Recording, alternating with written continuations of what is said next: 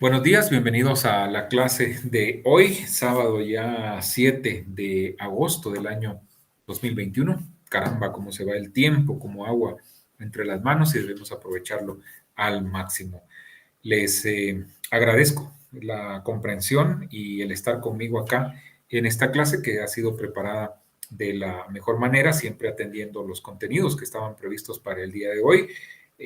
Pues me surgió este imprevisto entre semana, este compromiso que tenía que atender y pues gracias a la venia, a la aprobación de la coordinación, pues lo hemos hecho de esta manera. ¿Qué es lo que tenemos planificado? Vamos a abrir nuestra agenda. Primero, pues, recordarles las lecturas de dos materiales puntuales que les he puesto en Classroom. Uno habla sobre los monopolios de la verdad. Es una investigación que se hizo acerca de la situación de los medios de comunicación, sobre todo en Centroamérica.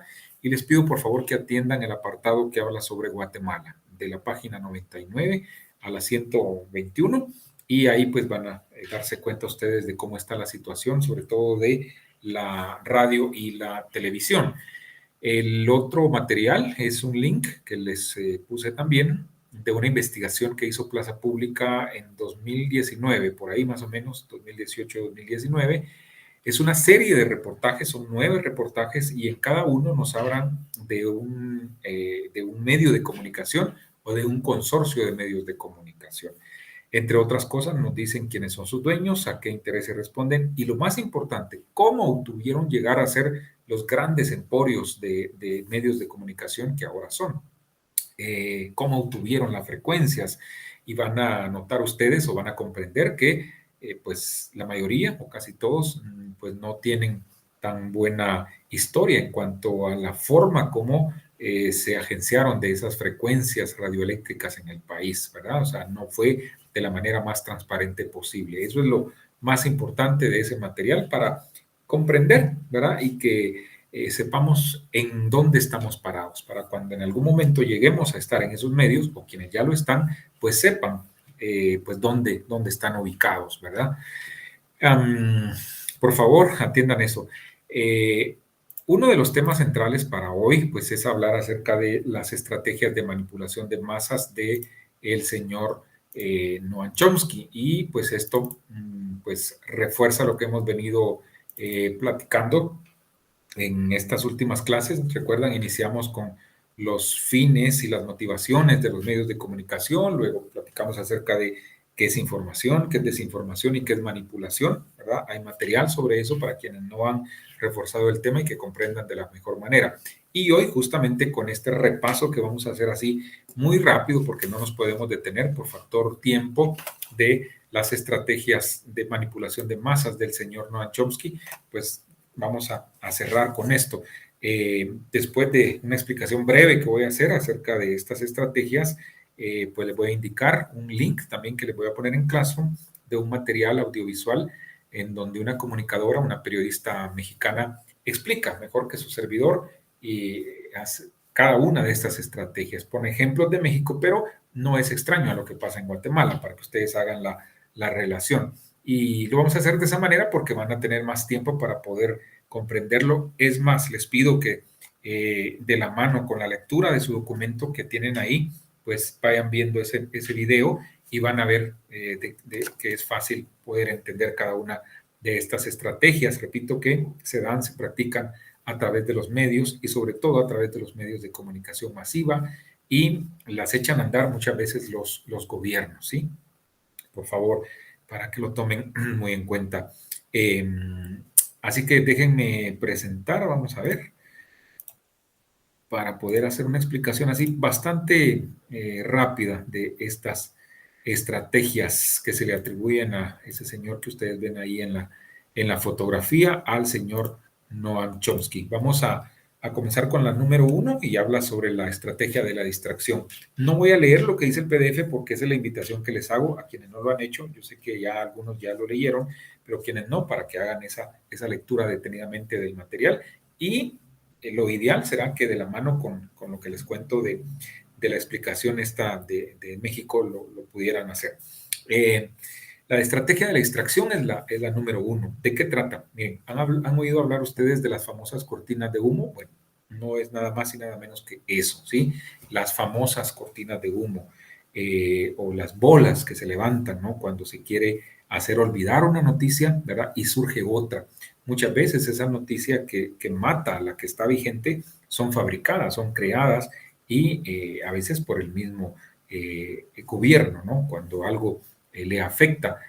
Un ejemplo de los últimos días es lo del ministro de Desarrollo Social. ¿Recuerdan la famosa fotografía en el peladero con las chicas ahí rodeándolo? Bueno, eso estuvo en el imaginario, en el colectivo social un par de días, pero luego surgieron otras noticias, ¿verdad? Que hicieron que nos olvidáramos de eso, ¿verdad? O a veces el mismo gobierno, insisto, crea esas cortinas de humo para distraer la atención de lo más importante, ¿verdad?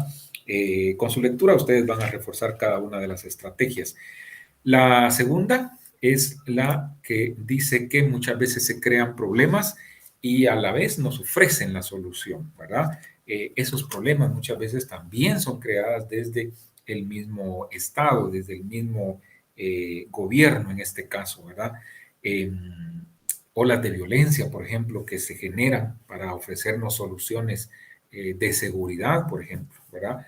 Eh, Hay algo que ejemplifica muy bien esto y es la primera campaña donde participó para las elecciones generales el Partido Patriota con el señor Otto Pérez a la cabeza como candidato presidencial. Recuerdo perfectamente que en lo mero, en lo más duro de esa campaña, surgió en la capital una ola de asesinatos de pilotos de buses y de pilotos de camiones recolectores de basura y ayudantes, algunos. Y luego sale Partido Patriota, ¿verdad? Ofreciendo la famosa estrategia de mano dura.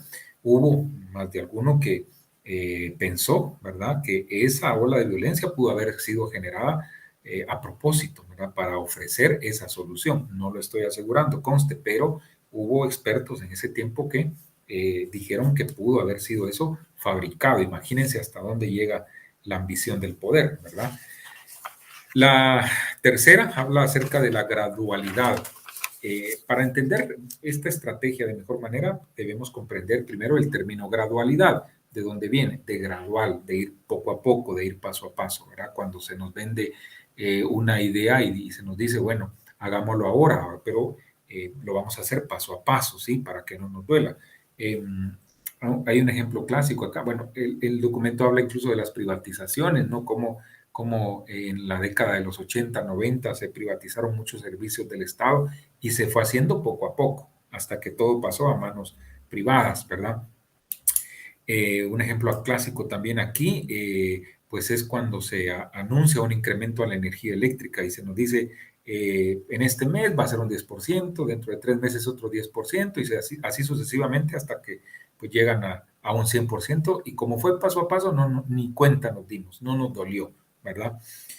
La cuarta estrategia, insisto, vamos así, pues algo rápido porque si no, no da tiempo, pero la invitación es que vayan ustedes a la lectura y que vean el material que les estoy anunciando para comprender mejor el tema.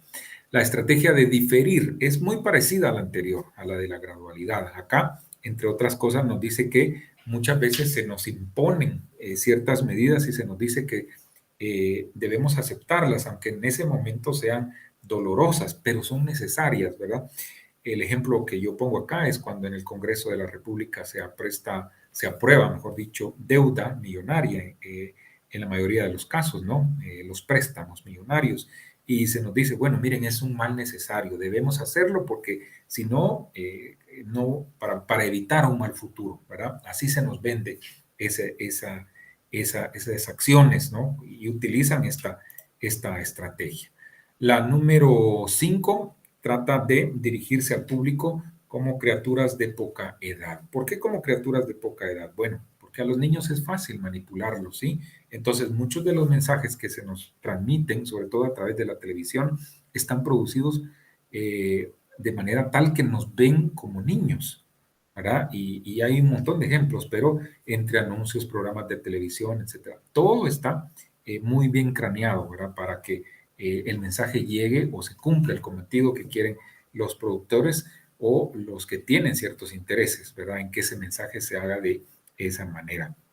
Nos ven, ¿verdad? Como criaturas de poca edad, muchas veces con deficiencias mentales. Imagínense ustedes, así de duro es el texto que ustedes van a leer al respecto, ¿verdad? La siguiente, la número 6, habla de el utilizar el aspecto emocional más que la razón, ¿verdad? O sea, nos llegan primero al corazón, ¿verdad? Antes que al cerebro. Y ejemplos hay muchos, pero yo he puesto esta ilustración acá en esta lámina de la famosa Teletón. Ustedes recuerdan, o no sé si todavía pasan los reportajes donde pues, sacan a los niños que reciben ahí atención y lo que tratan de dar es lástima, ¿no? Que nosotros nos compadezcamos, ¿verdad? Y nos pongamos la mano en el corazón y la otra en el bolsillo para poder aportar. Ese es un ejemplo clásico, ¿no? De cómo muchas veces se utiliza a través de estos grandes medios de comunicación el aspecto de la emoción, ¿verdad? De los sentimientos más que el de la razón, ¿verdad? La siguiente estrategia habla de mantener al público en la ignorancia y la mediocridad. Esto es muy fuerte y lamentablemente hay fábricas de producción de este tipo de materiales a través de la televisión, material basura, como decimos comúnmente. Televisa, en gran medida, es la principal en México, ¿verdad?, que se dedica a este tipo de producciones, ¿verdad? Nos hacen creer que la mediocridad y la ignorancia es lo que está de moda y algunos caen en esa trampa y hasta imitan a ciertos personajes, ¿verdad? Producto de esas producciones. El texto dice que, entre otras cosas, es hacerle creer al público que está de moda, ¿no? Ser mediocre, ser ignorante, y habla también de que eso se logra o se produce dándole a las mayorías la educación, por ejemplo, de más baja calidad, ¿verdad? Y eso pues es una triste realidad. Para nadie es un secreto que a la masa de la población se le da la educación más deficiente o no tienen acceso a un servicio de educación de calidad, ¿verdad? Como sí lo tienen muy pocas personas en nuestro país, ¿verdad? O sea, aquí la gente que tiene plata va a los mejores colegios. Las escuelas públicas están para la mayoría de la población y es lo más deficiente, ¿verdad? ¿Por qué? Porque el mismo Estado muchas veces lo quiere que sea de esa manera, ¿verdad? Para poder tener siempre en el futuro mano de obra barata, podernos manipular fácilmente, en fin, ¿verdad? O sea, un pueblo que no está educado o que no está educado correctamente es un pueblo fácil de manipular, así de sencillo. La estrategia siguiente es la que dice de la siguiente manera: estimular al público a ser complaciente con la mediocridad. Tiene relación con la anterior, ¿verdad? Y pues aquí no hay mucho que hablar, ¿verdad? Muchas veces el hecho de que se nos transmita que ser vulgar, ser estúpido e inculto es la moda y no faltará más de alguien que lo imite. La ilustración en la, imagen, en la lámina también se explica por sí sola, más de alguien en sus buenos tiempos hasta quizá imitó ahí al personaje este que ustedes pueden observar, ¿verdad? Y la número 9, esta es bien interesante, reforzar la autoculpabilidad. Yo el ejemplo que pongo acá es cuando el expresidente Jimmy Morales, lo recuerdo perfectamente, llevaba un par de meses en el gobierno y una de sus primeras apariciones en el Palacio Nacional de la Cultura dijo más o menos lo siguiente, o sea, no recuerdo cuál era el tema que le consultaron, pero dijo, es que yo no tengo la culpa que la población me haya electo, ustedes me eligieron, ¿verdad? Y como quien dice ahora, aguántense, o sea, como dicen en mi pueblo, no solo, sino que, ¿verdad? O sea, eh, eh, le hacen creer al pueblo que es el culpable de sus propias desgracias, ¿verdad? Y no aceptan que el gobierno, en este caso, o el presidente, tenía pues mucha de la culpa de los males que ya se veían venir en ese tiempo, ¿verdad? Así que de eso trata esta deficiencia, hacerle creer a los individuos que solamente ellos son los culpables de sus propias desgracias, ¿verdad? ¿Cómo? Bueno, a causa de su poca inteligencia, ¿verdad? De su poca capacidad de discernir las cosas, de analizar, de pensar, ¿verdad? Esa es la idea. Y la número 10, que también es interesante, habla acerca de que nos conocen mejor de lo que nosotros nos conocemos, ¿verdad? Y acá pues sobran los ejemplos, pero uno clásico, por ejemplo, son los bancos, ¿verdad? O sea, muchas veces decimos, bueno, mire cómo averiguaron mi número de teléfono, ¿no? Pero alguien te puso de referencia, cuando llenaste un formulario para abrir una cuenta bancaria, te pidieron hasta la fecha que te vas a morir Entonces, no nos asombremos que saben nuestros datos, nuestra dirección, nuestro número de teléfono, todo sobre nosotros, ¿verdad? O sea, nos conocen más de lo que nosotros nos conocemos. Ese es un ejemplo. El otro ejemplo en cuanto a conocernos más, ¿verdad? Es lo que pasa actualmente con los famosos algoritmos, ¿no? En la web. Ustedes van al buscador de Google, por ejemplo, y ponen eh, zapatos negros, ¿verdad? De suela, por decir algo. Y ya, ¿verdad? A los 10 minutos se van a su perfil de Facebook y van a ver que el primer anuncio que les aparece es una venta en línea de zapatos de suela color negros, por ejemplo. Y uno dice, wow, ¿y cómo lo supo Facebook? Así funcionan las cosas actualmente, ¿verdad? O sea, en ese tema no me meto porque es más de los informáticos, pero entiendo que son los famosos algoritmos, ¿no? Que utilizan los grandes servidores, ¿verdad? El de las plataformas y nos conocen más de lo que nosotros nos conocemos. Más o menos por ahí va la situación. Y bueno, para terminar, tengo esta reflexión, ¿verdad?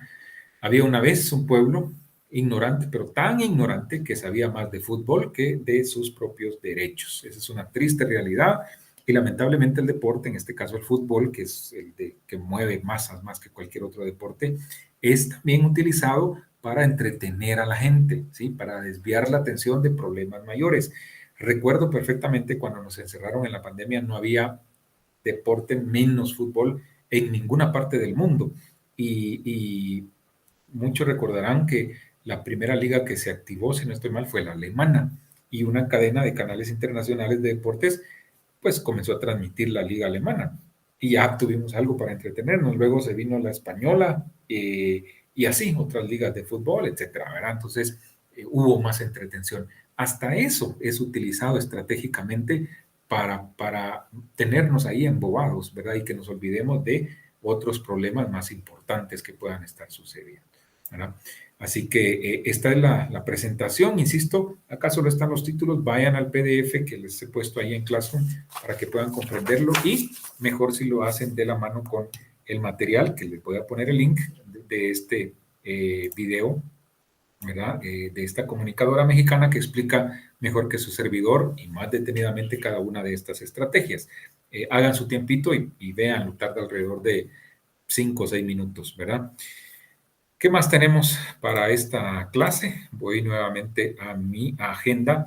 Pues ya les hablé que les voy a compartir este material de México y también toca hablar acerca de el radioperiodismo en Guatemala, un poquito de la historia del radioperiodismo en Guatemala, que tengo un material aquí en video, ese lo vamos a ver de una vez, ¿verdad? Porque para que ustedes hagan un refresh, porque entiendo que esto ya lo saben, pero que hagan un refresh de lo que aprendieron por ahí en el primero o segundo semestre de locución acerca de la historia del radioperiodismo en el país. Antes del material, ¿qué decir del tema? Bueno, eh, andaba Miguel Ángel Asturias y el señor Pérez Soler, o Soler y Pérez, siempre se me cruzan los apellidos, en Francisco, ¿no? Francisco Pérez Soler, algo así, o Soler y Pérez.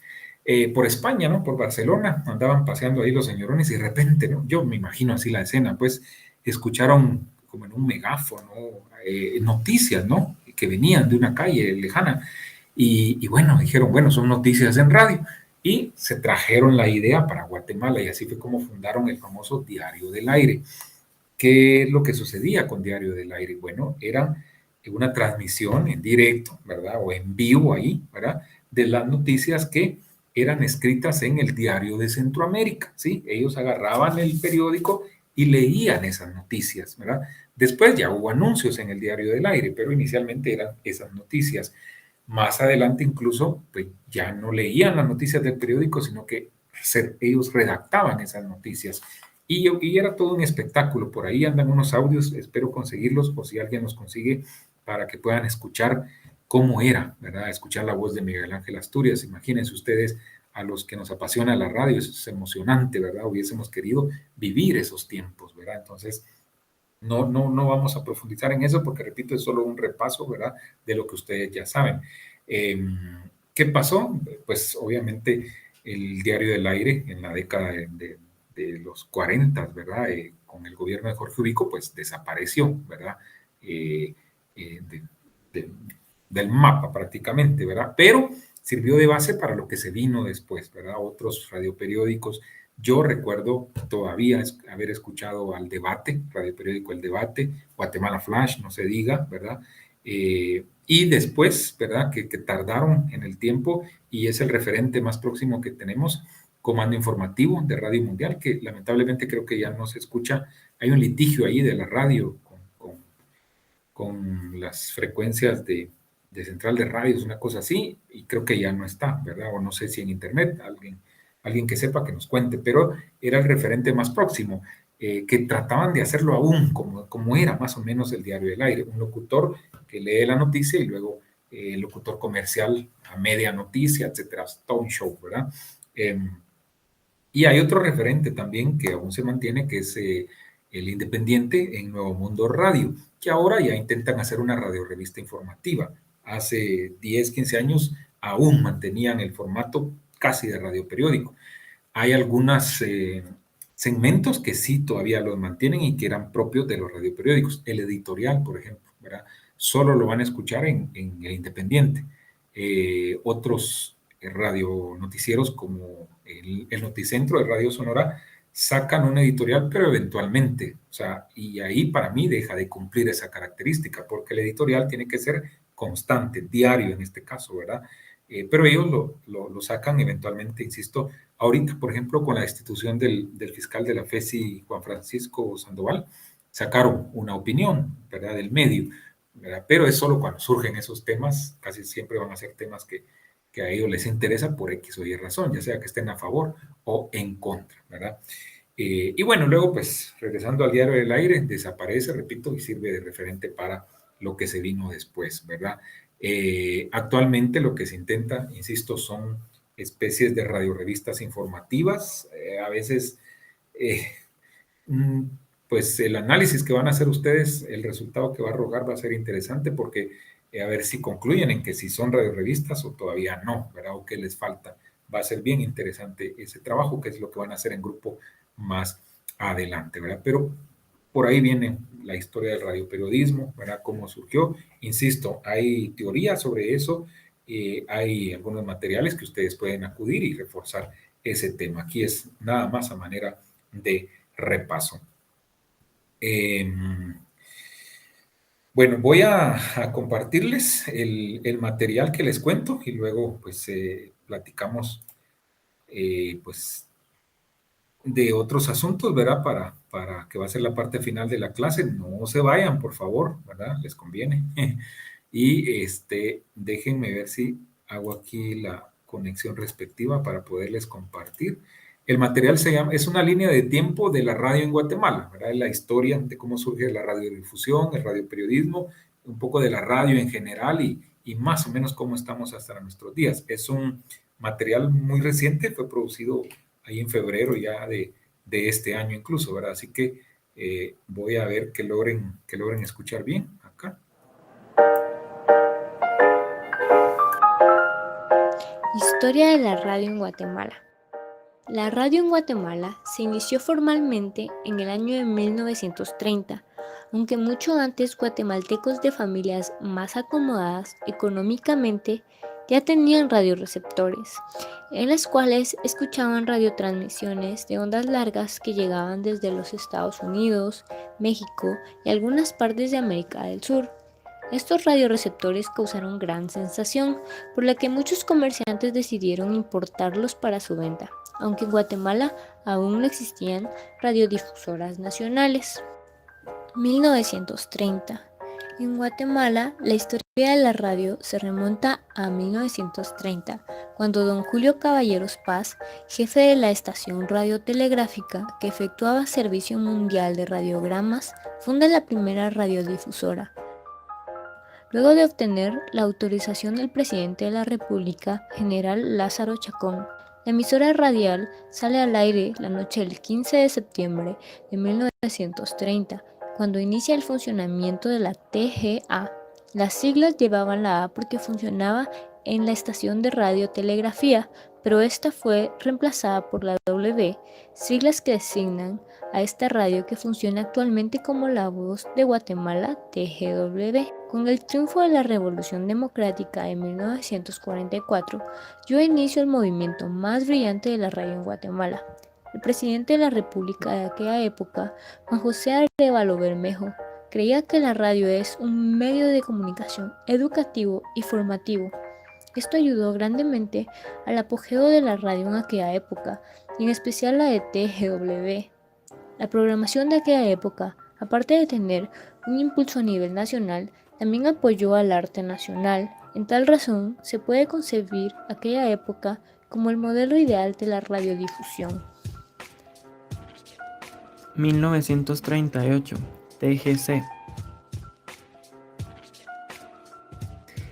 La familia Castillo, propietarios de la cervecería Centroamericana y de la fábrica de bebidas gaseosas Vivaris, contratan a Guillermo Andreu Corzo para fundar su propia radiodifusora el 30 de junio de 1938 con el nombre Radio TGC, mejor conocida como Radio Vidaris.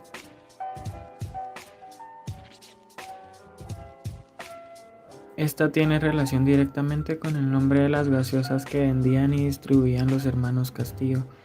Fue una radiodifusora con transmisiones en vivo de cantantes, artistas y grupos musicales nacionales. La Voz de Quetzaltenango. En el mismo año, por medio de los oficios de José Castillo Barrios, se inaugura la primera radiodifusora departamental desde el Teatro Municipal de esa ciudad, nombrada La Voz de Quetzaltenango. Diario del Aire. También el escritor Miguel Ángel Asturias y los periodistas Óscar Rodríguez Rosal y Francisco Soler y Pérez fundan el 1 de junio el primer periódico radial llamado Diario del Aire.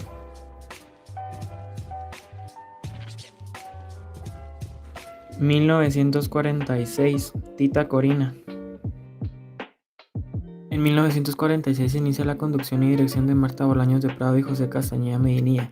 Con su programa innovador Tita Corina, se caracterizaba por la locución de niños, quienes eran los principales actores de las transmisiones. 1948. Transmisión de la primera radionovela.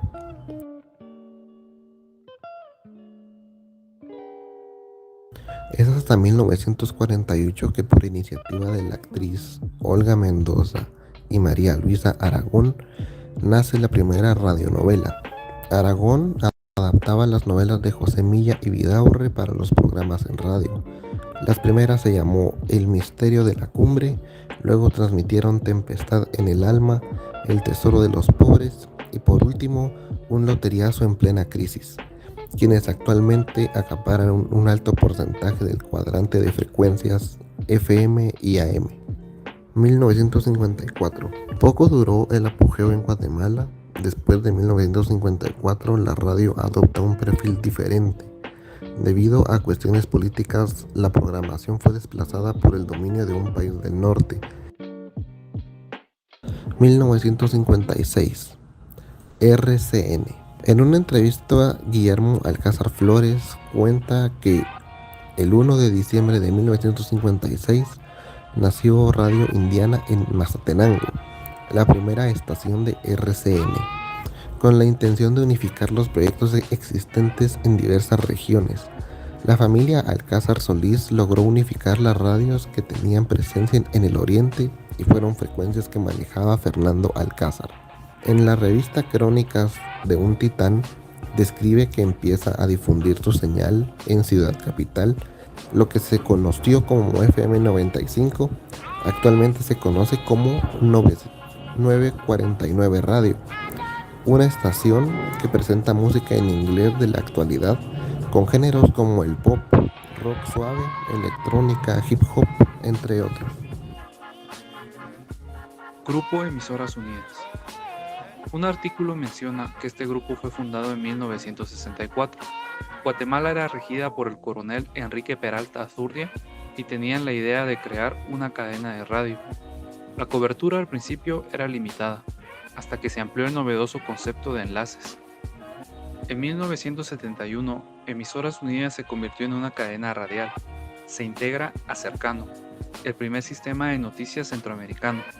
El grupo de Emisoras Unidas fue reconocido por ser los primeros en hacer transmisiones deportivas, tener el primer noticiero de radio a nivel nacional y ser los primeros en desarrollar transmisiones por internet, y porque siempre estuvieron en activa participación, siendo apoyo en catástrofes nacionales e internacionales.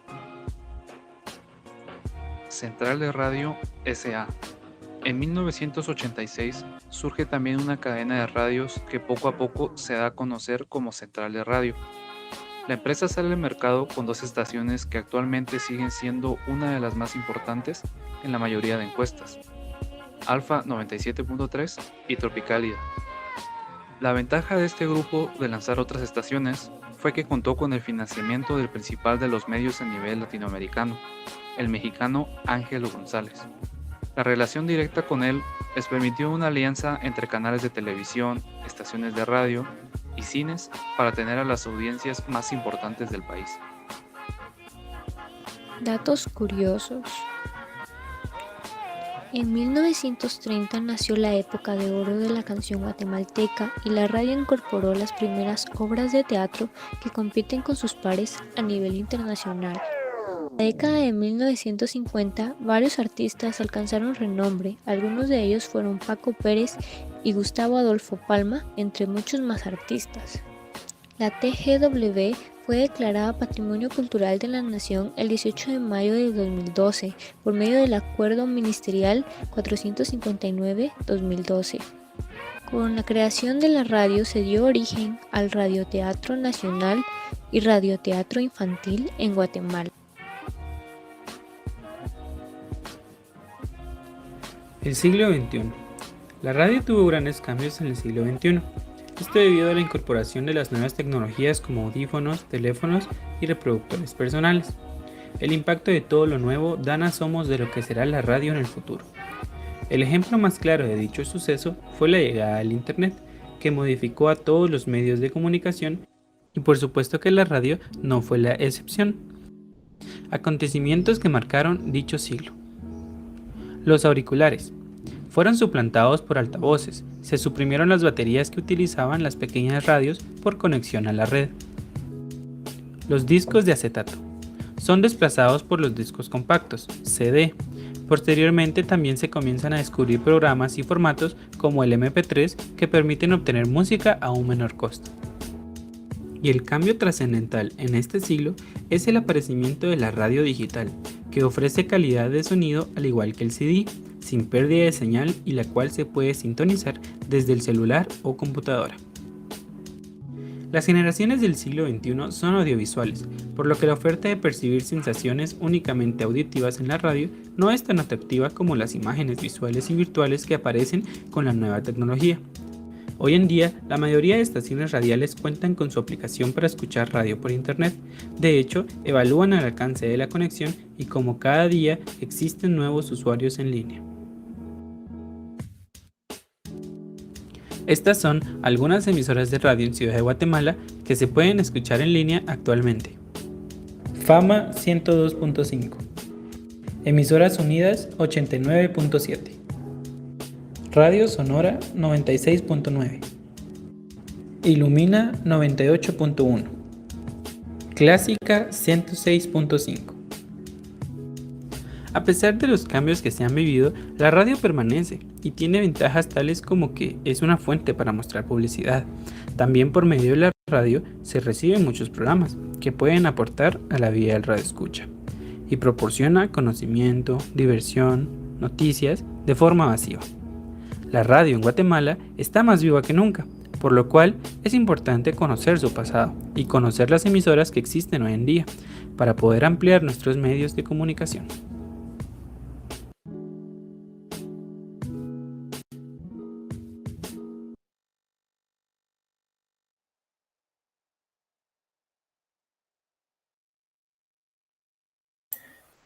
Bueno, de esta manera pues hemos observado y escuchado este material que, repito, pues sirve para reforzar y comprender un poquito mejor acerca de la historia, no solo de la radiodifusión, sino de las noticias en radio y en general de la radio en nuestro país. Espero yo que sea de mucha utilidad y que el tema quede pues bastante comprendido, ¿verdad? Insisto, fue un repaso nada más porque es algo que ustedes ya tendrían que saber. Bueno, nuestro último punto de la agenda, pues es recordarles, por favor, que, bueno, antes de los consejos, los próximos temas vamos a hablar de las noticias en idiomas mayas por radio a través del tiempo y en la actualidad y la mujer guatemalteca y su participación en radios noticiosas. En un par de sábados nos ponemos al día en cuanto al programa, no se angustien por eso. Estos temitas los enlazo y si Dios así lo permite, pues probablemente sea con nuestra primera invitada. Hay dos opciones por ahí, dos mujeres valientes, periodistas que hacen periodismo comunitario en radio, ¿verdad? Y en otros medios. Y yo espero tener al menos a una de ellas para que nos platique al respecto de su experiencia y con eso cumplimos el tema. Seguro les va a dejar mucho para aprender y es la mejor manera, creo yo, de poderlo hacer. Eso es lo que se nos viene en cuanto a los contenidos. Consejos, por favor. Miren, la situación está complicada, está dura. Apenas el martes yo recibía la noticia de otro compañero que falleció por el COVID. Y bueno, ya no me alcanzan los dedos de la mano realmente para contar a los que han muerto en mi otro trabajo. Y esto pues es lamentable. Vacúnense si no lo han hecho y si ya lo hicieron, enhorabuena. No estén preguntando, no estén escogiendo qué tipo de vacuna. Decía un médico muy atinadamente que cuando a él le preguntan, mire, ¿qué tipo de vacuna me recomienda? La que le pongan en el brazo, esa es su respuesta, porque la verdad es que es de esa manera. En un país como Guatemala no nos podemos dar el lujo de estar escogiendo qué tipo de vacuna. Para mí todas son buenas, ¿verdad? Algunos dicen que, ay, no se quieren poner la de Rusia porque no la aceptan en Francia, por ejemplo, ¿verdad? Y tienen la esperanza algún día de ir a Francia. Sé que no es el caso de ustedes, pues, pero ese tipo de gente que se ponen esas, miren, ni siquiera tienen visa mexicana para ir a Tapachula, pues, ¿verdad? Tienen que sacar el pase por ahí y si son de otro departamento, mentir, qué sé yo, ¿verdad? Entonces, no hay que ponernos en esas, tenemos que ser más maduros, investigar, ¿verdad? Acerca de las vacunas y van a ver que todas son buenas, ¿verdad? Yo sé que esas restricciones que ahora tienen algunos países con algunas vacunas, ¿verdad? Como la de Rusia, eso va a ser cosa del pasado en unos meses. No pueden vedar un derecho humano que es el libre tránsito, no sé, o sea, o tampoco es que no pueden limitar el derecho a la salud misma, ¿no? O sea, aquí lo que toque, pues, ¿verdad? Y si les toca tal vacuna Moderna, AstraZeneca, Pfizer, la que sea, o la Sputnik, esa pónganse, todas son buenas. Piensen primero en su salud, ¿verdad? No estén escogiendo. Esa es mi opinión, ¿verdad? Tampoco es para que me hagan caso, pues, pero si les vale, ahí se las dejo. Sigámonos cuidando, ¿verdad? Tratemos de mantener esas burbujas familiares o con nuestros seres más cercanos que sabemos que se están protegiendo, ¿verdad? Ninguna medida es suficiente, siempre hay que extremar, ¿verdad? Aún más porque si se confirma esta variante Delta, ¿verdad? Que dicen que es más contagiosa y los síntomas son más fuertes y lo peor es que está afectando a adolescentes e incluso a niños, ¿verdad? Seguro que ya está en el país, lo que pasa es que no lo quieren decir. En El Salvador, pues ya la detectaron, ¿verdad? Imagínense, estamos a la vuelta de la esquina, pues, ¿verdad? Eh, Así que bueno, ese es el consejo, reiterarles mi agradecimiento. Y si llegaron hasta aquí es porque estuvieron atentos a la clase y les pido que ahí abajito, sí, ahí abajito en el espacio de comentarios de YouTube, de aquí de mi canal, escriban su nombre, por favor, y su número de carnet. Esa es la asistencia de la clase el día de hoy, ¿verdad? Y pues lo voy a tomar muy en cuenta. Cuídense mucho, cualquier consulta, cualquier situación, saben cómo contactarme y si Dios lo permite, estamos acá, ¿verdad? De la manera como siempre lo acostumbramos. Les pido comprensión por esta situación, pero bueno, no los desatendimos y acá lo hicimos de esta manera. Les agradezco mucho y nos vemos el próximo sábado. Aprovechen su tiempo, pónganse al día con las lecturas, ¿verdad? Y los materiales que tienen que observar y analizar, ¿verdad? En el fin de semana y así pues vamos avanzando con el contenido del curso. Hasta la próxima.